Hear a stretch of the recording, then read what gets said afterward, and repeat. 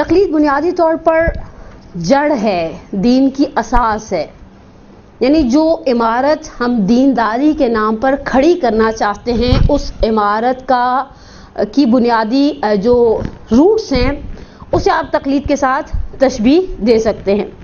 تو ہم تقلید کو ایک سیکوینس کے ساتھ آپ کے ساتھ شیئر کریں گے۔ تقلید کے سب سے پہلے معنی، تقلید کے ایک رائج معنی ہے اور ایک لغوی معنی ہے۔ لغوی معنی کہتے ہیں قلادہ کہتے ہیں اس پٹے کو جو نشانی کے طور پر کسی جانور کی گردن میں ڈالا جاتا ہے، اور تقلید کہا جاتا ہے کہ یہ کہیں گمے گا نہیں، اس کے اوپر ایک سمٹم، ایک انڈیکیٹر رہے گا تاکہ اس کا مالک اسے ڈھونڈ سکے۔ لیکن شریعت کی اصطلاح میں تقلید سے مراد کسی صاحب علم شخص کی پیروی ہے، کسی صاحب علم شخص کی پیروی ہے۔ مثال کے طور پر جیسے ہی ہم مدرسے میں آتے ہیں تو تھوڑا سا 4 حرف سیکھتے ہیں، اور بعض اوقات ہم سے پوچھا جاتا ہے فقہی سوال، ہم کسی سے پوچھتے ہیں اور سامنے والا پلٹ کر پوچھتا ہے آپ کس کی تقلید کرتے ہیں۔ مثال کے طور پر جیسے غسل جمعہ کا ایک مسئلہ، بہت ہی کامن سا مسئلہ، ہر فرائیڈے پیش آنے والا مسئلہ۔ جیسے ہی جمعے کے غسل کی بات آتی ہے تو ایک سوال کھڑا ہوتا ہے کہ اگر ہم نے ٹائم پیریڈ کے اندر غسل جمعہ کو انجام دے دیا تو کیا اس غسل جمعہ کو انجام دینے کے بعد ہمیں الگ سے وضو کی ضرورت ہے یا نہیں؟ تو جنہوں نے آغا سیستانی کی تقلید والے ہیں obviously انہیں اس غسل جمعہ کے ساتھ وضو کی ضرورت نہیں ہے، لیکن جو رہبر معظم کی تقلید میں انہیں اس وضو کے ساتھ غسل کرنا پڑے گا۔ تو تقلید بہرحال الحمدللہ دیندار لوگ اس چیز کو سمجھتے ہیں کہ تقلید کیے بغیر آپ اپنا فقہی مسئلہ معلوم نہیں کر سکتے۔ جیسے آپ کے پاس کریڈٹ کارڈ تو ہے، لیکن جب تک آپ کے پاس اس کا کوڈ نہیں ہے آپ اس کریڈٹ کارڈ میں سے کسی چیز کو اویل نہیں کر سکتے۔ اب پھر دوسرا سوال ہے کہ تقلید کیوں کی جائے؟ تقلید کیوں کی جائے؟ میں آپ سے سوال کرتی ہوں پلٹ کر، اگر مجھ سے کوئی پوچھتا ہے کہ دین کے معاملات میں تقلید کیوں کی جائے، میں آپ سے پلٹ کر پوچھتی ہوں دنیا میں کون سا ایسا معاملہ ہے جو بغیر تقلید کے کیا جاتا ہے؟ دیکھیں ایک سوال ہم سے کیا گیا، دین کے معاملات میں تقلید کیوں کرے؟ مثلا میں آغا سیستانی کو، یا مثلا اگر گزشتہ فقہا کی بات کی جائے تو کوئی شخص آغا خوئی کو یا مرحوم امام خمینی کو کیوں فالو کرے؟ میں اس شخص سے پوچھتی ہوں پلٹ کر دنیا میں آپ کس معاملے میں تقلید نہیں کرتے؟ خواتین کا مجمع ہے، خواتین سے ریلیٹڈ 2-3 مثالیں شیئر کروں گی، اور مثالوں کے بغیر ہم اس طرح سے فقہی مسائل کو obviously پڑھا بھی نہیں سکتے۔ آپ نے پہلی مرتبہ روٹی بنانا سیکھی ہوگی، آپ نے، میں نے، ہم میں سے سب نے، میرا نہیں خیال اتنے ہم ابھی پھوہڑ ہو گئے ہیں کہ خدا نخواستہ ہم روٹی پکانے کے لیے کوکنگ وتھ فائزہ کو یوٹیوب پر سرچ کریں اور پھر اس سے جا کر پوچھیں۔ ہم نے اس معاملے میں یا والدہ کی تقلید کی، دیکھا وہ کس طرح سے، حتیٰ اگر آپ کبھی کسی بیٹی کو روٹی بناتا دیکھیں تو آپ کو اندازہ ہو جائے کہ اماں بھی اسی طرح سے خشکا لیتی ہیں اور اماں بھی اسی طرح سے پیڑا بناتی ہیں، اماں بھی اسی سٹائل سے بیلتی ہیں۔ حتیٰ یہ ایک جزئی سا مسئلہ جو گھر گھر میں آلموسٹ روزانہ پیش آتا ہے، بہت ساری خواتین ایسی ہیں جو بیلن کے ساتھ روٹی کو بیلتی ہیں، لیکن بہت ساری خواتین ابھی بھی ٹیکنیکلی ایسی ہیں جو بغیر بیلن کے روٹی بیل کر ہاتھ سے توے پر ڈال دیتی ہیں۔ جو بیلن سے بیلتا ہے وہ اپنی بیلنے والی ماں کی تقلید کرتا ہے، اور جو ہاتھوں سے اسے پھیلا دیتا ہے وہ اسی شخص کی، یعنی ہو سکتا ہے اس کی والدہ بھی اسی طرح سے بناتی ہو۔ تو ہم تو ایک روٹی بنانا بہت جو ایک جزئی سا مسئلہ ہے، روز آئے دن کا پیش آنے والا مسئلہ ہے، اور شاید ہماری پریکٹیکل ماں گھرداری کا پہلا قدم سمجھتی ہے بیٹی کے لیے، تو ہم اس کے اندر تقلید کرتے ہیں۔ آپ نے روٹی پکانا سیکھا یا نہیں سیکھا؟ جواب دیں۔ سیکھا۔ کسی سے سیکھا، مثلا پھوپھی سے سیکھا۔ بعض گھروں میں جوہاں جوائنٹ فیملی سسٹم ہے، پھوپھیاں پکاتی ہیں، انہیں پکاتا ہوا دیکھ لیا، بڑی بہنیں پکاتی ہیں، بعض اوقات ایسا نا آخری نمبر ہے، اب والدہ نہیں پکاتی، عرصے سے ریٹائر ہو گئی ہیں کوکنگ سے، یا ایٹ لیسٹ روٹی نہیں بناتی، صرف سالن بنا دیتی ہیں، بڑی بہنوں سے سیکھا، والدہ سے سیکھا، کسی سے سیکھا۔ آپ اسے تقلید نہیں کہیں گی تو کیا کہیں گی؟ ٹھیک، یہ پہلا مرحلہ۔ دوسری چیز، ہم بچیاں، یعنی یہ آپ لوگوں نے الحمدللہ مکھنے اور شیلاز اوور لیپ کی ہوئی ہیں، یہ خود ایک آرٹ ہے۔ مکھنا پہننا آرٹ نہیں ہے، شیلا کو اوور لیپ کرنا ایک آرٹ ہے۔ مجھے یاد ہے حج کے موقع پر ایک خاتون نے حجاب کرنے کا قصد کر لیا، اور ہمارے مولانا صاحب کی تقریروں سے وہ تھوڑا ڈر گئی، تو بڑے پیار سے آ کر کمرے میں کہنے کی جیسے یہ تم یہ لپیٹتے نا، تم لوگ، میرے ساتھ ایک روم میٹ تھی، اسی طرح سے مجھے لپیٹنا سکھا دو، میں جب لپیٹتی ہوں تھوڑی دیر بعد منہ پر آ جاتا ہے۔ تو ہم نے بیسک 1-2 ٹیکنیک سکھائی کہ کس طرح سے شہلاز کو، اسکارف کو مینٹین رکھا جاتا ہے۔ نارملی بہت سارے لوگ یہاں پر پن لگاتے ہیں, کچھ لوگ اس پن کو گھما کر یہاں لے جاتے ہیں, اور کچھ بچیاں تو اتنی پنیں لگا لیتی ہیں کہ پچھلے سال میں کسی پرائز ڈسٹریبیوشن میں ایک بچی سے جیسے ہی حق کرنے کے لیے اسے انعام دیتے ہوئے آگے بڑھی, میں نے گنا اس کی اسکارف پر تقریباً 5 پنیں لگی ہوئی ہیں. میں نے کہا بیٹا بس آپ کو حق ہی کر سکتی ہوں, پیار نہیں کر سکتی, اس لیے کہ یہ جو پنیں آپ کی لگی ہوئی ہیں نقص امن کا خدشہ ہے, ایسا نہ آپ کی اسکارف سے میرے منہ میں منتقل ہو جائے.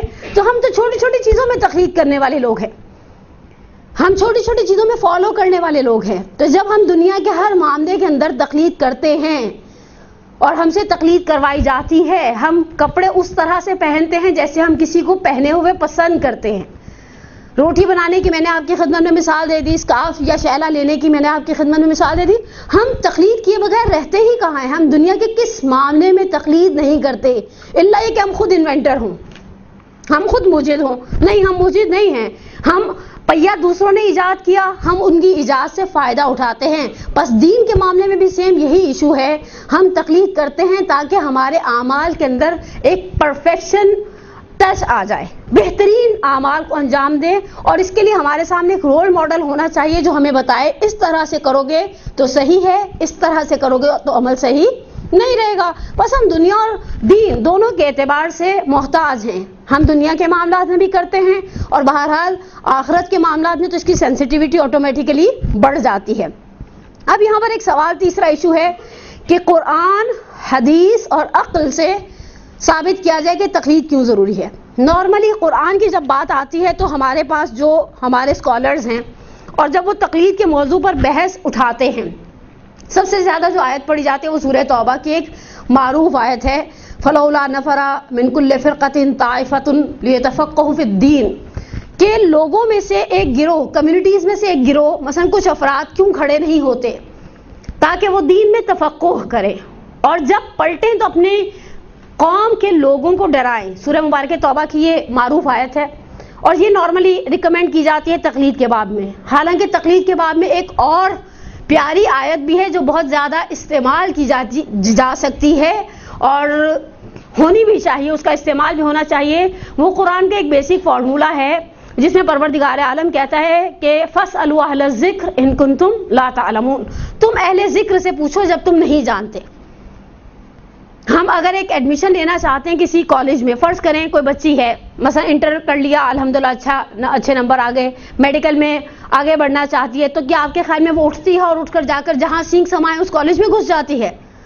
نہیں, ہم اپنے سرکل میں ڈھونڈتے ہیں ایسے لوگوں کو جو ڈاکٹر کر چکے ہیں, جو ڈاکٹریٹ کی ڈگری لے چکے ہیں. اب ہم لوگوں سے جا کر پوچھتے ہیں کہ آپ اپنا اوپینین دیں, آپ کے خیال میں کراچی میں کون سا میڈیکل کالج اچھا ہے, اور اسی طرح سے ہم ہر تیسرے جاننے والے ڈاکٹر کے پاس جاتے ہیں جس کی رائے ہمیں زیادہ محکم لگتی ہے, زیادہ بہتر لگتی ہے, ہم اس کی بات کو مان لیتے ہیں. ہمارے پاس پیسے آ جائیں. دوسری مثال اسی فصل واہل ذکر ان کنتم لا تعلمون, اس کا دائرہ اتنا وسیع ہے, یعنی ہم جس چیز کے بارے میں نہیں جانتے ہم اہل ذکر سے سوال, اہل علم سے سوال کرنا چاہتے ہیں. میں دوسری مثال آپ کو بہت آسان سی پریکٹیکل دوں. آپ کے پاس سیونگ آ جائے, ایک آپشن نمبر 2 آپ کا پرائز بانڈ نکل آئے, جن کے پاس ہیں وہ آمین کہیں, نکل آئے انشاءاللہ آپ کا نکل آئے, آپ زیارتوں پر جائیں, آپ حج کریں اور آپ کھل کے جو مرضی آپ کا دل چاہے جائز اخراجات میں پیسہ خرچ کریں. اگر خواتین میں سے کسی ایک خاتون کا وہ جو بڑے والے بمپر پرائز والے بانڈز ہوتے ہیں جس میں کروڑوں یا لاکھوں میں نکلتا ہے, اگر آپ میں سے کسی کا 20 لاکھ روپے کا پرائز بانڈ نکل آئے تو وہ پہلی ترجیح کس چیز کو دے گا؟ دیکھیں وہ جذباتی باتیں بغل آغا روحانی کے نہیں. فرض کریں ہم نے زیارت کے لیے اس میں سے ہمارا لاکھ روپے خرچ ہو گیا, 19 پھر بچ گیا, چلے حج کر لیا. فرض کریں ہم نے حج اور 4 دم معصومین 5 لاکھ روپے میں ہم نے کام ختم کر دیا. 15 لاکھ روپے کے لیے ہماری پہلی سوچ یہ ہوگی ہم اسے انویسٹ کر دیں. یہ ابھی 15 ہے, ہمیشہ 15 نہیں رہے گا. اچھا فرض کریں آپ کا 20 لاکھ کا بانڈ نکلا, آپ نے کہا حج, ادھر سے آئی آواز زیارت, آپ نے سارا کچھ کر لیا, آپ کے 5 لاکھ روپے خرچ ہو گئے, آپ نے 4 کپڑے بھی بنوا لیے. ایسی بات نہیں ہے, خواتین اگر زیارت کے لیے پیسے نکالتے ہیں تو پہلے یہ سوچیے کیا پہن کر جائیں گے اور کیسے گارجیس لگیں گے. لیکن ابھی آپ کے پاس 15 لاکھ روپے بچ گیا ہے, ٹھیک ہے.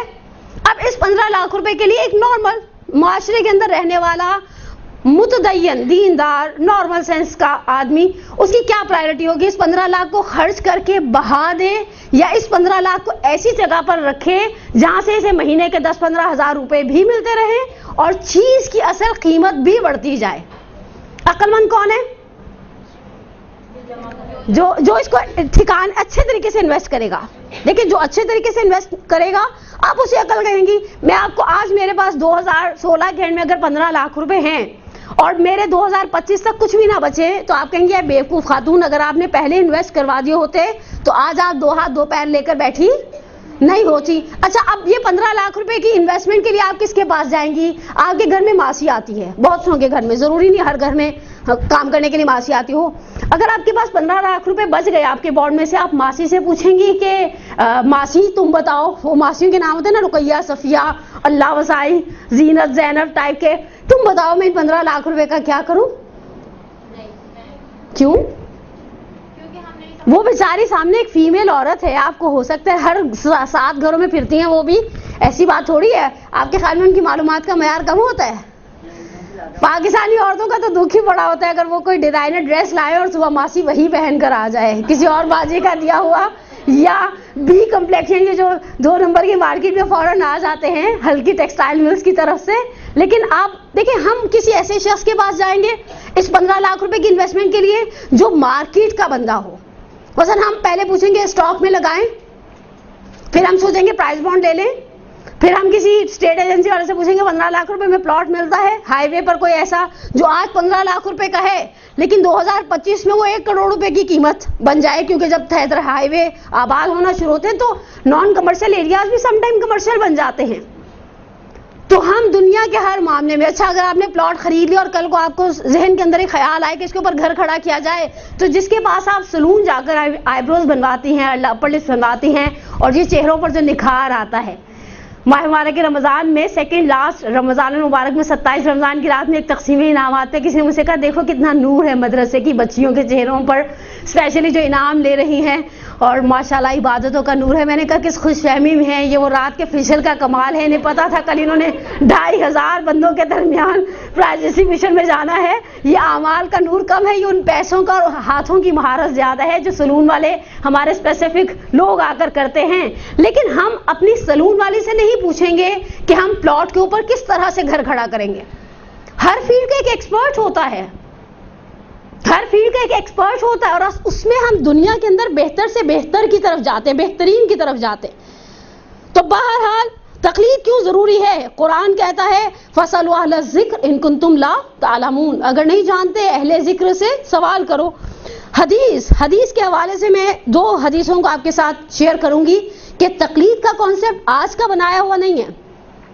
بعض لوگوں کو ایسا لگتا ہے کہ تقلید یا آخری 100-200 سال میں ایجاد ہوئی یا آخری کچھ 100 سال میں صدیوں کی ایجاد ہے. نہیں، پیغمبر نے معاذ بن جبل کو جب یمن بھیجا تو بھیجتے وقت کہا کہ اے معاذ کہیں تم سے کوئی ایسا مسئلہ، مفہوم روایت عرض کر رہی ہوں، کوئی ایسا سوال کیا جائے کہ جس کے بارے میں تم سے سوال کیا جائے تو تم کس طرح سے جواب دو گے؟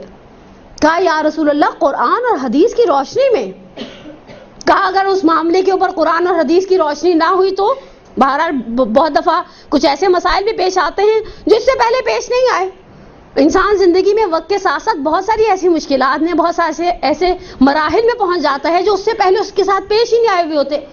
تو کہا پس میں احتیاط کے ساتھ اجتہاد کروں گا قرآن کی آیات اور آپ کی روایات کی روشنی میں.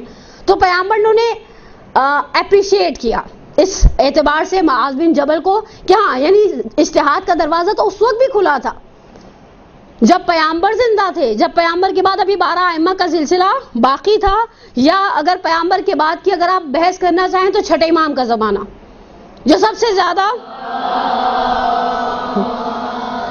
صلی اللہ محمد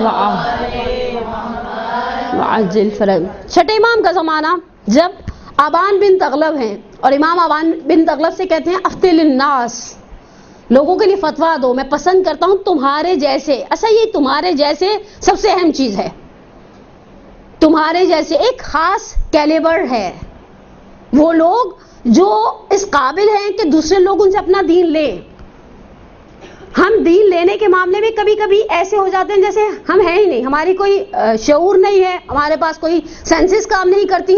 آقا محمد تقی فلسفی نے کودک کے اندر ایک بہت پیاری روایت کو امیر المومنین علی بن ابی طالب علیہ الصلوۃ والسلام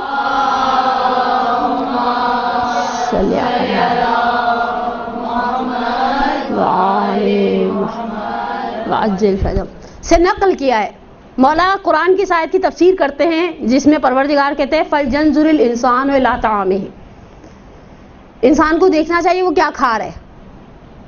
مولا اس آیت کو ظاہری اعتبار سے جب تفسیر کرتے ہیں، ظاہری آیت تو ایسا لگتا ہے نا ہم کھانا کھاتے وقت دیکھیں کیا کھا رہے ہیں. خیر یہ خود ایک مفصل موضوع ہے کہ ہم حلال کھا رہے ہیں حرام کھا رہے ہیں.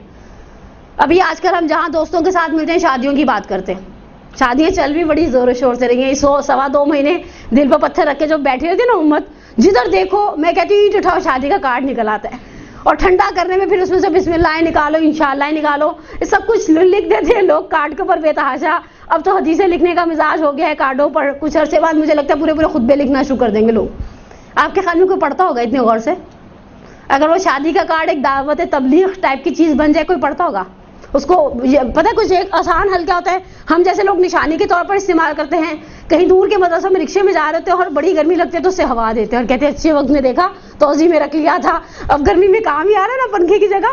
تو ایسی سچویشن. لیکن بہرحال ہم مثال کے طور پر اب چونکہ یہ شادیوں کا سیزن چل رہا ہے اور ہم شادی میں پہنچ جاتے ہیں. شادیوں میں ہم صرف اہل تشیع کے یہاں نہیں جاتے، ہم اہل سنت کے یہاں بھی شادیوں میں جاتے ہیں.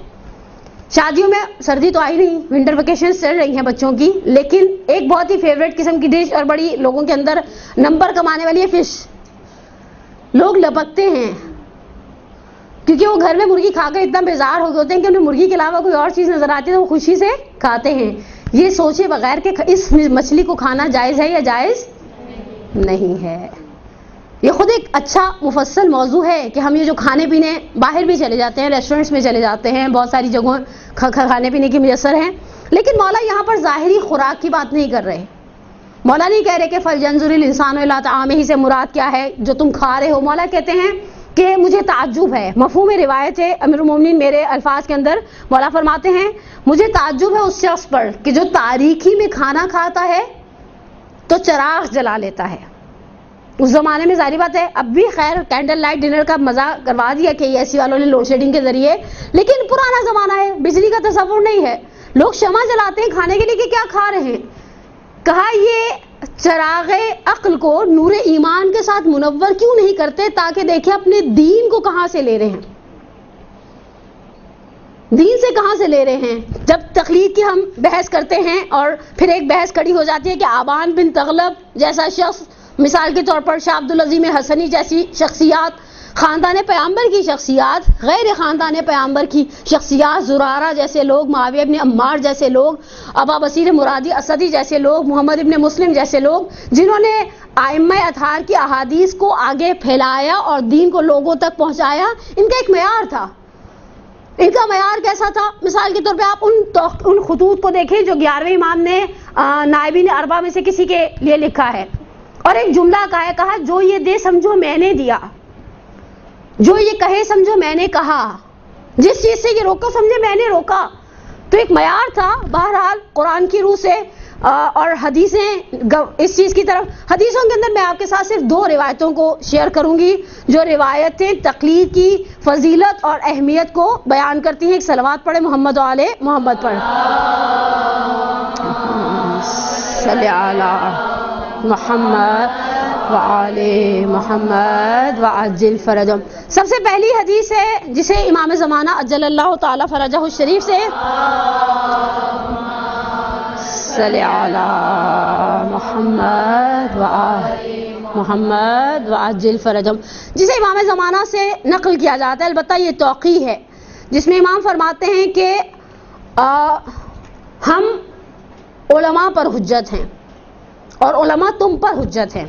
اگر آپ اس روایت کو تفصیل سے پڑھنا چاہیں تو ڈاکٹر عابد حسین زیدی صاحب کی کتاب اجتہاد اور تقلید کا تجزیہ، اس میں انہوں نے کافی اچھے طریقے سے بنحو احسن اس موضوع کے حق کو ادا کیا ہے کہ امام فرماتے ہیں کہ یہ ہماری طرف سے حجت ہے، لیکن اوبیسلی جب یہاں بات ہو رہی ہے تو ان علماء کی بات ہو رہی ہے جو علماء اس معیار پر پورا اترتے ہیں جسے شریعت نے کرائٹیریا قرار دیا ہے، یا 11ویں امام کا وہ معروف جملہ، اس پہلے والے جملے میں امام فرماتے ہیں کہ فَأَمَّا حَوَادِثِ الْوَاقِعَةِ، وہ مسئلے جو نئے پیش آتے ہیں ہمارے ہاں، یہ جو ہمارے آج کل کے آئی کیو لیول، اچھا آئی کیو لیول رکھنے والی اسمارٹ جنریشن ہے، بعض اوقات اسے بڑی آسانی سے لگتا ہے کہ ان آیت اللہوں کو کیا پتہ ہو. مجھے یاد ہے ایک دفعہ مہندی کا مسئلہ چل رہا تھا اور ٹیٹو بنوانے کا مسئلہ چل رہا تھا، کچھ بچیاں ایسی تھیں جو سلوس چلاتی ہیں تو بڑی پیار سے انہوں نے کہا ان کو کیا پتہ ہو. میں نے کہا ان کو کیا پتہ ہو سے مراد آپ نے کیسے کہہ دیا کہ مثلا آغا سیستانی یا رہبر معظم یا یہ جو بزرگان کی فہرستیں ہیں یہ بے خبر ہے.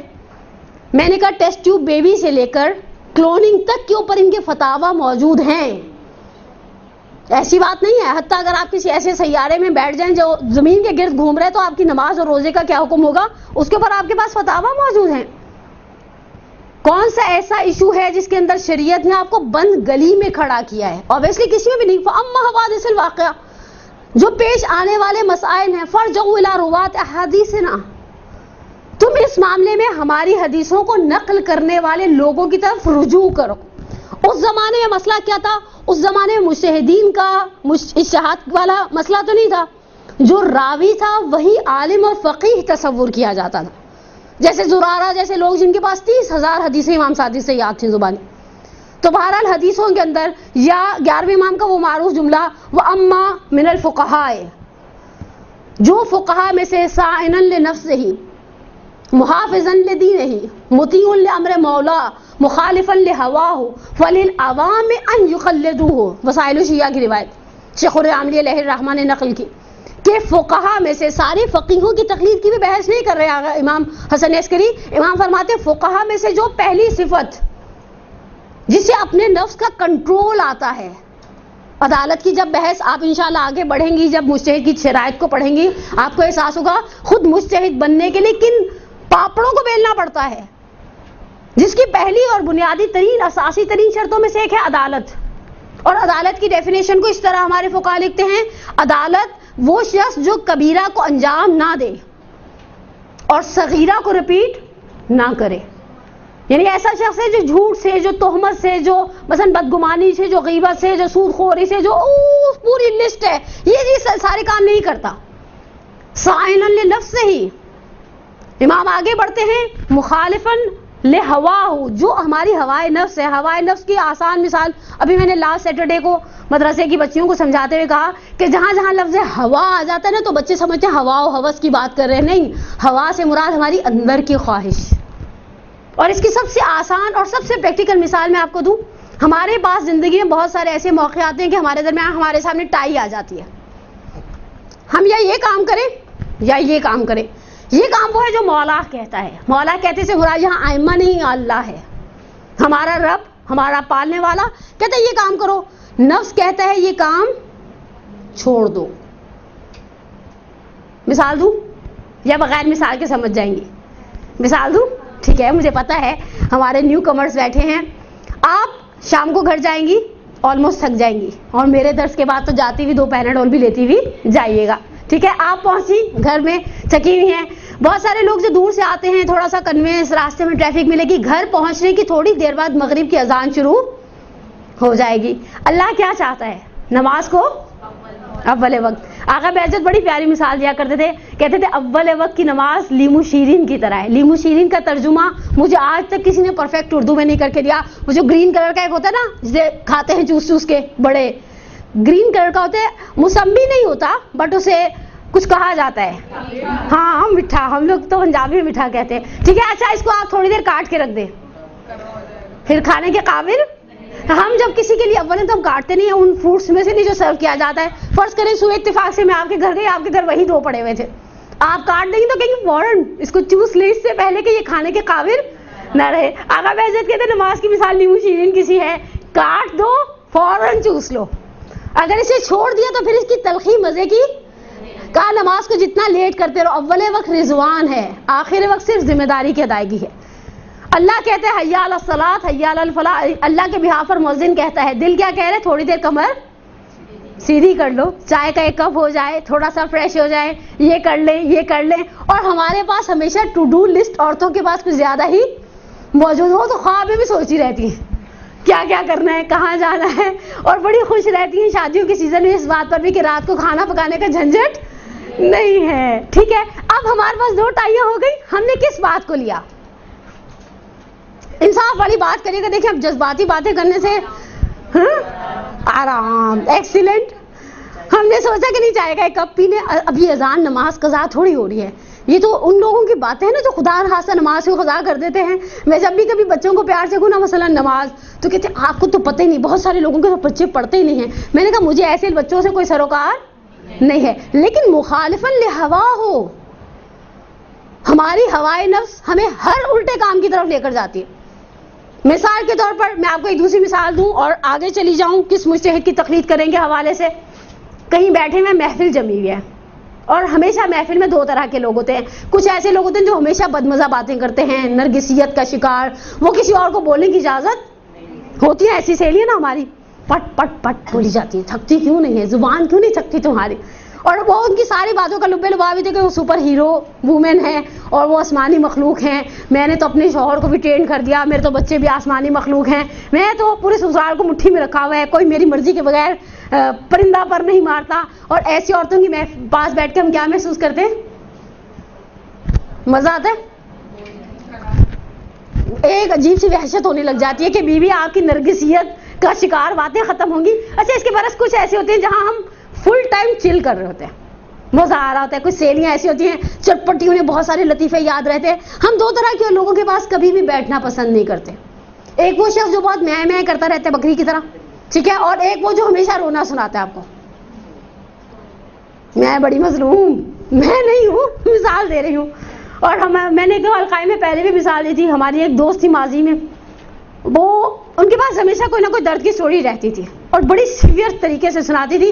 ہم نے ان کا نام بھابھی دردناک رکھا ہوا تھا، اس لیے کہ ان کی کمر میں درد ایسا کبھی دنیا میں کسی کو نہیں ہوا ہوگا، ان کے پیروں میں درد ایسا دنیا میں کبھی کسی کو نہیں ہوا ہوگا. کوئی جنگ کا اپاہج اور معذور ایسا نہیں ہوگا جیسی وہ ہوتی تھی. اور ہر جگہ پہنچتی تھی، مسجد میں سب سے لیٹ اٹھتی تھی، سب سے پہلے جاتی تھی اور مسلسل رونا روتی تھی. تو ہم کہتے تھے یار کبھی تمہارے پاس بیٹھے تم آئے یاس نہ پڑھو. ایسے لوگوں کے پاس بیٹھ کے مزہ نہیں آتا. کیسے لوگوں کے پاس بیٹھ کے مزہ آتا ہے؟ جو سنتے بھی ہیں اور سناتے بھی، ہنستے بھی ہیں اور ہنساتے بھی، اور پھر اسی دوران اذان ہو جائے تو بات ختم. اب ہم نے خود طے کر دیا. اب یہاں پر کہتے ہیں نہیں، مخالفت لہوا ہو، اسے مخالفت کرنی آتی ہے. اور صرف مخالفت نہیں کرتا، یہ اپنے مولا کے امر کا مطیع ہے. اس کی ٹو ڈو لسٹ لوگوں کو دیکھ کر نہیں چلتی، اس کی ٹو ڈو لسٹ اللہ کو دیکھ کر چلتی ہے.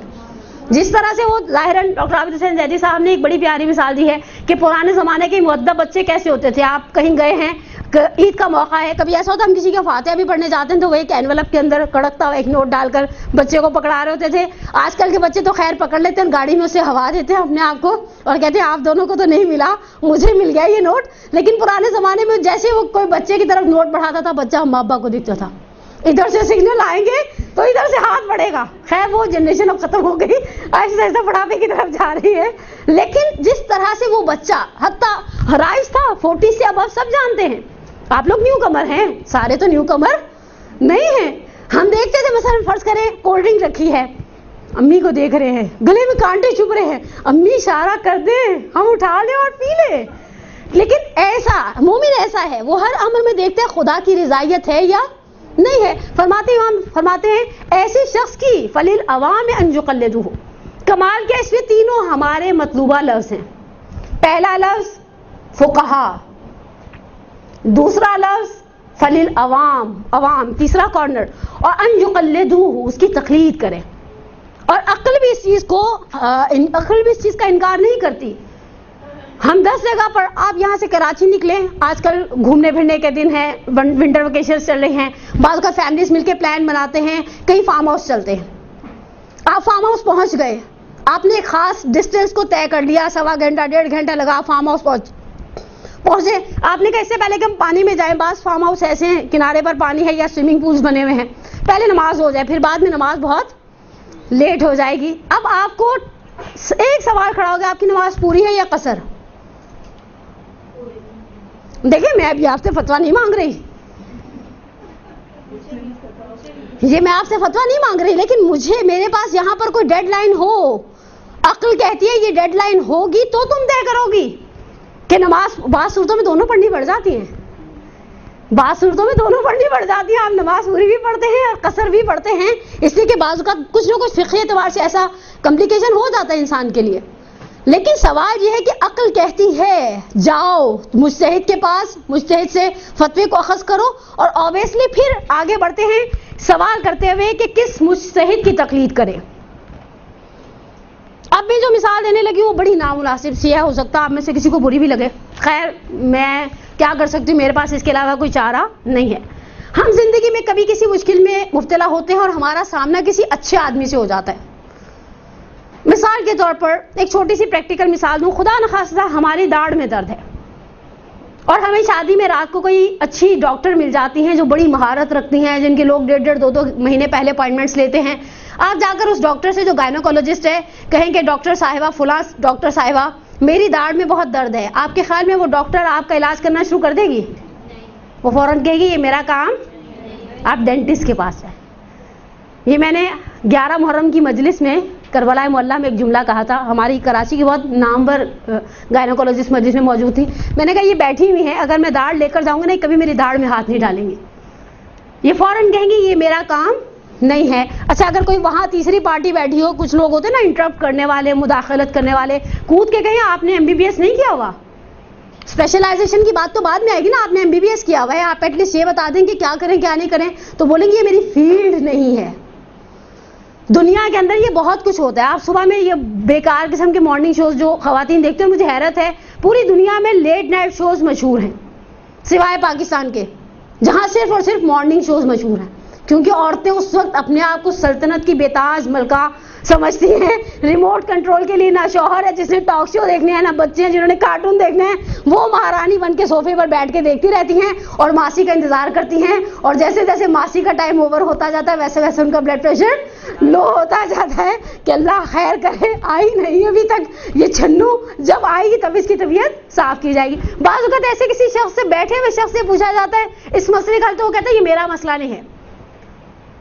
آپ کو کبھی اسٹاک والا بندہ کسی دوسری چیز معاملے کے اندر رائے نہیں دے گا، لیکن دین اتنا یتیم اور مسکین بن گیا ہے کہ بعض اوقات ایک ذاکرہ اترتی ہے ممبر سے، کوئی اس سے فقہی مسئلہ پوچھتا ہے، وہ بھی جواب نہیں دے پاتی، بیچ میں کوئی اور کود کے جواب دے دیتا ہے.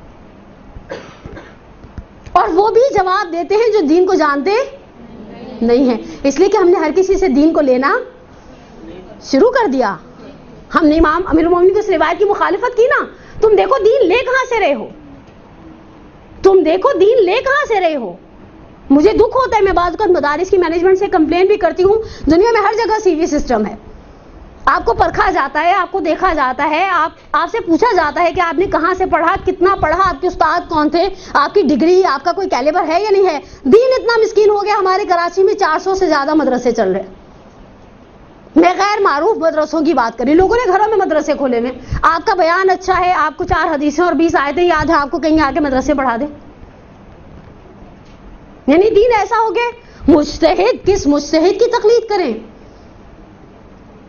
ہمارے پاس الحمدللہ ہم غنی ہیں، یہ اجتہاد کا دروازہ صرف ہمارے درمیان الحمدللہ کھلا ہے. مکاتب یعنی جتنے مسلمانوں کے مکاتب فکر ان میں ایک صرف تشیع ایسا جس نے اجتہاد کے دروازے کو کھلا رکھا ہے، اور اسی وجہ سے ہم الحمدللہ غنی رہے ہیں. ائمہ کی، امام کی غیبت صغریٰ سے لے کر آج تک کے فیز میں دیکھ لیں، کوئی ایک وقت تشیع پر ایسا نہیں آیا کہ ہمارے پاس امام کی غیر موجودگی میں وہ شخص نہ ہو جسے مرجع تقلید کہا جاتا ہے، بلکہ ایٹ اے ٹائم 2 3 رہے الحمدللہ الحمدللہ. اور بہرحال فقاہت کے اس باب کے اندر شیخ انصاری جیسے بزرگوار ہیں، بہت بڑی بڑی شخصیات ہیں، خود یہاں پر کہتے ہیں کس مجتہد کی تقلید کی جائے، فرماتے ہیں جس مجتہد کی تقلید کی جائے. یہ مسئلہ نمبر 2 ہے جس میں فرماتے ہیں کہ جس شخص کی تقلید کی جائے ضروری ہے کہ وہ شخص مرد ہو، عورتوں کے بس کا کام نہیں ہے. اچھا عورتیں بھی جذباتی ہو جاتی ہیں فوراً. وہ امینا داؤد تھی نا جس نے کچھ سال پہلے کسی سینٹر میں جمعے کی نماز پڑھا دی تھی اسکرٹ پہن کر، اور اس کے بعد بڑے مزیدار کمنٹس آئے تھے کہ لوگ نماز پڑھ رہے تھے یا انہیں کو دیکھ رہے تھے. میں نے بعد میں اس کی تصویریں دیکھی ہیں. لیکن بہرحال عورتوں کو جب کہا جاتا ہے نا وہ فقیہ بن سکتی ہیں لیکن ان کی تقلید ہو سکتی ہے، تو ان کی زنانہ انا پر چوٹ لگتی ہے.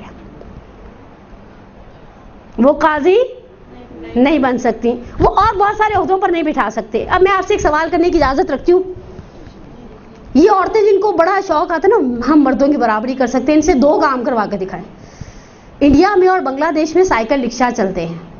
این جی اوز نے بڑا زمین آسمان ایک کیا انسانی حقوق کی خلاف ورزی. آپ کو پتہ ہے سائیکل رکشا کیسا ہوتا ہے؟ دیکھا ہے کبھی؟ ہے نا، اندازہ ہو گیا. آپ یہ جو عورتیں بڑی بندی پھرتی ہیں نا آسما جہانگیر ٹائپ کی کہ نہیں جی انسان عورتیں مردوں کے برابر ہیں اور یکساں حقوق دیے جائیں، ہم پارلیمنٹ میں جائیں گے، ہم اس کرسی پر بیٹھیں گے. ان سے کہا جائے صرف 1 سال سائیکل رکشا چلاؤ تو فوراً کہیں گی یہ عورتوں کا کام نہیں ہے. آپ کے خیال میں کر سکتی ہے؟ کتنی وہ جو بگنر ٹائپ کی عورت کیوں نہ ہو یہ اس کے بس کا کام. تو ہم نے دنیا کے معاملات میں ایکسیپٹ کر لیا کہ یہ کام میرے بس کا نہیں ہے. دوسری مثال دوں یا ایسے ہی چلے گا؟ دے دوں. جانور ذبح کرنا کر سکتی عورت آپ کے خیال میں؟ ہم چھپکلی مارتے وقت اتنی چیخیں مارتے ہیں. میں تو خیر آج تک چھپکلی بھی نہیں ماری. نہیں کاکروچ سے نہیں ڈر لگتا، لیکن جن کو چھپکلی سے دیکھے میں نے ایک دفعہ ایک جری خاتون دیکھی تھی ہمارے مدرسے میں چوہا آ گیا تھا، انہوں نے اسے پکڑ لیا تھا، بوچھ لیا. اور وہ دن اور آج کا دن میں انہیں ہمیشہ ایوان سلام جرت بھی کرتی ہوں کہ بڑی جری خاتون نے یوں پکڑ لیا اور جا کر باہر پھینک دیا. لیکن انصافاً یہ ہر عورت کے بس کا. آپ کے خیال میں آپ نے اونٹ نہر کرنے کے کلپ دیکھے ہوں گے، بقرعید پر بڑا چلے تھے. میں اور آپ اتنی جرت رکھتے ہیں اونٹ نہر کر سکے؟ اور اس کو ہم ایکسیپٹ کرتے ہیں کہ ہماری زنانہ انا پر بقرعید پہ کیوں ضرب نہیں لگتی کہ ہم کھڑے ہو جائیں اور گھر کے مردوں سے کہ پیچھے ہٹ جاؤ، آج ہم بکرا ذبح کریں گے، ہم گوشت الگ کریں گے، ہم گوشت صاف کر کے پیکٹ بناتے ہیں، ستھری بوٹیاں اپنی سائڈ پر رکھ لیتے ہیں اور باقی سب بانٹ دیتے ہیں. یہی ہمارا کام ہے اور جس کا کام اسی کو ساجے. لیکن فرماتے ہیں مرد ہو، بالغ ہو، اوبیسلی بلوغ کی نشانیاں انشاءاللہ آپ آگے پڑھیں گے اور آپ کو آلموسٹ پتہ بھی ہوں گی. عاقل ہو، ذی شعور ہو، اس کی عقل اس کی سینسز کام کرتی ہوں. شیعہ اثنا عشری ہو، حلال زادہ ہو، زندہ ہو اور عادل ہو. عادل کی ڈیفینیشن ہم پہلے آپ کے ساتھ شیئر کر چکے. اب جب ہمیں پتہ چل گیا کہ یہ 4-5 شرائط ہیں اور ان میں سب سے زیادہ اس زمانے میں جو ایک مشکل شرط بنتی ہے وہ ہے عالمیت کی تحقیق. لفظ عالم مشکل لگ رہا ہے. الف عین لام میم، علم لکھتے ہیں نا جیسے ہم علم مبارک، اس کے پہلے آپ ایک الف لگا دیں. علم کے آسان الفاظ میں ترجمہ سب سے زیادہ علم رکھنے والا، سب سے زیادہ علم رکھنے والا مجتہد فقہا کی اصطلاح میں عالم کہلاتا ہے. جس طرح سے انہوں نے خود ڈاکٹر صاحب نے بھی بڑی اچھی بحث کی اپنی اس بکلیٹ کے اندر، اجتہاد اور تقلید کا تجزیہ. اس کے علاوہ 1-2 کتابیں اور بھی میری نظر سے گزری. عالمیت، جس طرح سے ہم ڈاکٹرز کے اندر جاننا چاہتے ہیں کہ سب سے زیادہ ایکسپرٹ کون ہے.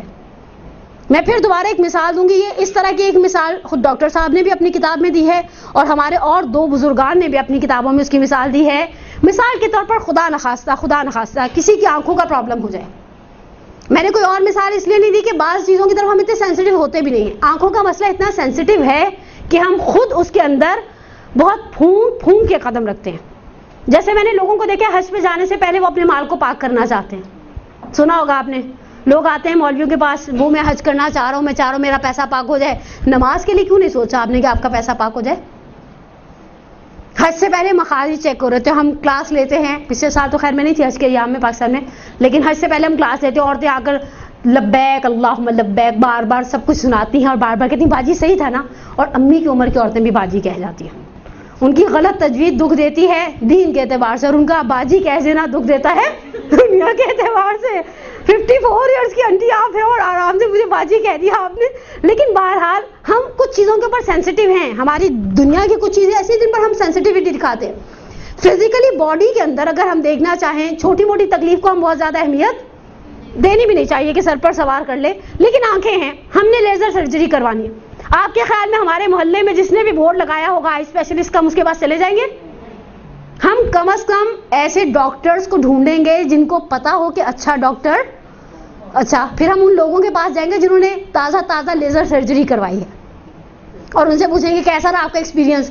اور وہ سامنے والا کہتے ہیں اس کا تو ہاتھ ہی بڑا سخت تھا، ہم تو لوگا میری آنکھ ابل کے باہر آ جائے گی. ہم وہیں ڈر جاتے ہیں. ہم ڈر جاتے نا. ہم دنیا کے معاملات میں ہماری ساری سینسز کام کرتی ہیں.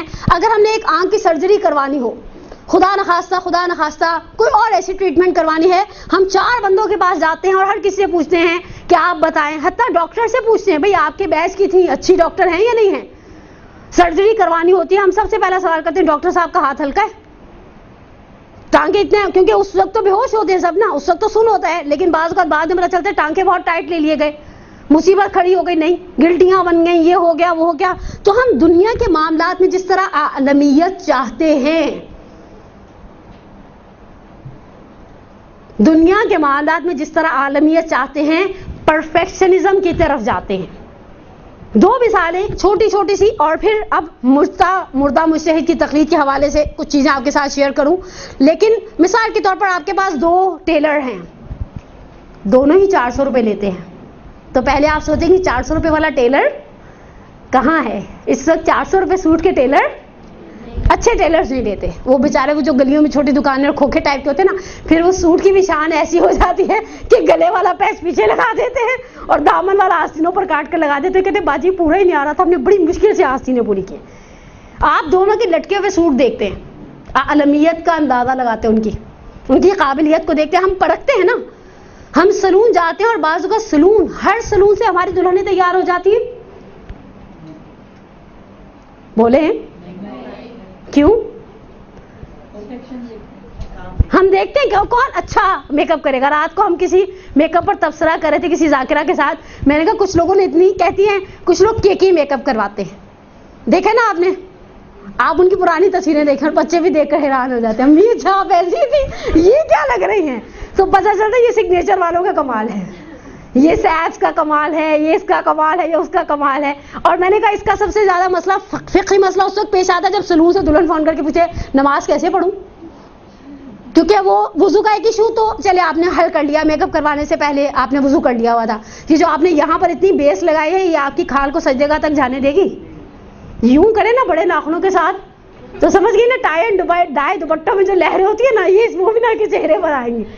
تو جب ہم دنیا کی ہر چیز کے اندر بہتر سے بہترین کی طرف جاتے ہیں، دین آپ سے کہتا ہے تم نے اپنا دین لینا ہے، تمہارے سامنے 9 فقیہ بیٹھے ہیں، 9 کے 9 عادل ہیں، 9 کے 9 مرد ہیں، 9 کے 9 اثنا عشری ہیں، 9 کے 9 مجتہد ہیں، سب کچھ ہیں. اب تم ان 9 میں سے دیکھو کہ زیادہ علم کس کا ہے، اور یہ طے کرنا میرا اور آپ کا کام. اس پہ باقاعدہ ٹیمیں آلریڈی بیٹھی ہوئی ہیں، وہ ہمیں بتائیں گی کہ ان میں سے سب سے زیادہ عالم کون ہے.